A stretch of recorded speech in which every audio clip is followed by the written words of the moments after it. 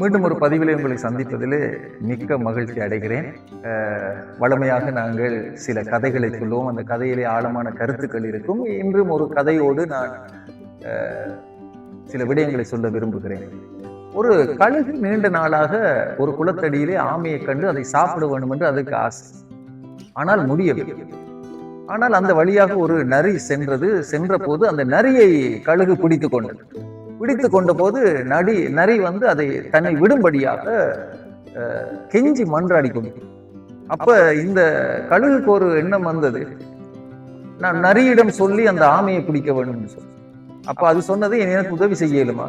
இந்த குளத்தில் இருக்கிற ஒரு ஆமை எனக்கு தேவை.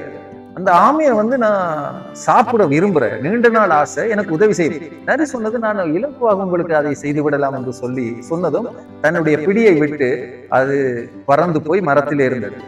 இந்த நரி வருவதும் போவதுமாக இருந்து இந்த ஆமையோடு சுகம் விசாரித்து, இந்த ஆமையோட அடிக்கடி அது கண்டு கதைத்து இறுதியாக நண்பர்களாகிவிட்டார்கள். பிறகு ஒரு கயிறை எடுத்து என்ன செஞ்சது, எங்களுடைய நட்பின் அடையாளமாக 2 பேரும் காலில் கட்டிக்கொள்ளணும்னு சொல்லி காலில் கட்டிட்டாங்க. இப்ப நரி ஒரு பெரிய சவுண்ட் ஒன்று கொடுக்குது, கழுகுக்கு ரெடி என்று சொல்லி.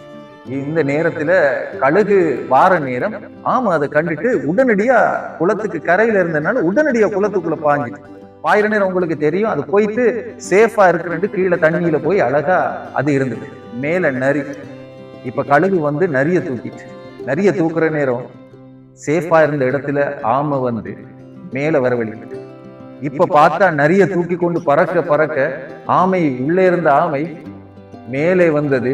இப்ப ரெண்டுமே பறந்துட்டு போற நேரம் இப்ப கழுகுக்கு ஒரு யோசனை என்னன்னு சொன்னா, ஆமையை சாப்பிடுறது மிகவும் கடினம், ஓடு இருக்கிறது அந்த மேலே. ஆகவே உடனே என்ன செய்தது, மேலிருந்து ஒரு கட்டாரையிலே அதை போட வேண்டும் என்று சொல்லி அந்த பிடியை நரியிடமிருந்து விடும்போது நரி சொன்னது, என்னை காப்பாற்ற வேண்டும் என்று சொல்லி. ஆனால் அந்த எண்ணம் அதற்கு இல்லை. அது சாப்பிட வேண்டும் என்ற எண்ணத்தில் இருப்பதினாலே மேலிருந்து கீழே போட்டது. ஓடு உடைந்து ஆமையும் இறந்தது, நரியும் இறந்தது. இந்த கதை எங்களுக்கு சின்ன ஒரு கதையா இருந்தால் இதுல சில செய்திகள் இருக்கு. எங்கட தொடர்பு எங்க இருக்கு? எங்கட குடும்பத்திலேயோ அல்லது தனிப்பட்ட வாழ்க்கையிலோ நிறைய நேரங்கள்ல பாருங்க, நாங்க வச்சிருக்கிற நபர்கள், நாங்க வைத்திருக்கிற தொடர்பு சாதனங்கள் எங்களை தாண்டிய ஒரு இடத்துக்கு அது ஒருவேளை கொண்டு போகும் என்று சொன்னால், இந்த தீமையான பிடியில நாங்க இறுகிறோம். நாங்க நல்லா இருப்போம், எங்களுக்கு எந்த வருத்தமும் இருக்காது, நாங்க ஆரோக்கியமா இருப்போம், குடும்பத்துல எல்லாம் சந்தோஷமா இருக்கும். ஆனா ஏதோ ஒரு விடயம் குடும்பத்தில் இருக்கும் போதோ சரி, தனிமையில் இருக்கும் போதோ சரி, ஏதோ ஒரு குற்ற உணர்வு, ஏதோ ஒன்று எங்களை உறுத்தி கொண்டே இருக்கிறது. அது வியாதியை கொண்டு வருகிறது.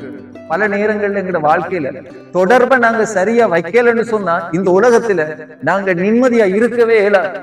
சமாதானத்துக்கு நிம்மதிக்கும் ஒரே வழி எங்கட தொடர்பு எங்க இருக்கு. யோவான் 10ஆம் அதிகாரம் 10வது வசனம் சொல்லுகிறது, நானோ அவைகளுக்கு ஜீவன் உண்டாயிருக்கவும் அது பரிபூரணப்படவும் நான் வந்தேன் என்று இயேசு சொன்னார்.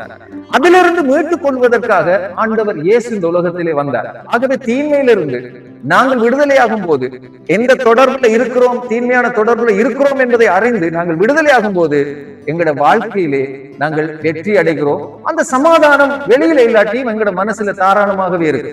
எங்கட தொடர்பு எங்க இருக்கு? இன்றைக்கு குடும்பங்கள் சின்னாபின்னமா போறதுக்கு, பிள்ளைகள் இன்றைக்கு சின்னாபின்னமா போறதுக்கு இது ஒரு பெரிய காரணமாக அமைந்து விடும் என்று சொன்னால், அந்த தொடர்பை நீங்க துண்டித்து விடுவது நல்லது. கடவுளோடு உங்களுக்கு தொடர்பு நேரடியாக சரியாக இருந்தால் நீங்கள் தப்பித்துக் கொள்ள முடியும். ஆண்டவர் இயேசு தாமே உங்கள் ஒவ்வொருவரையும் ஆசீர்வதித்து வழிநடத்துவாராக. ஆமென்.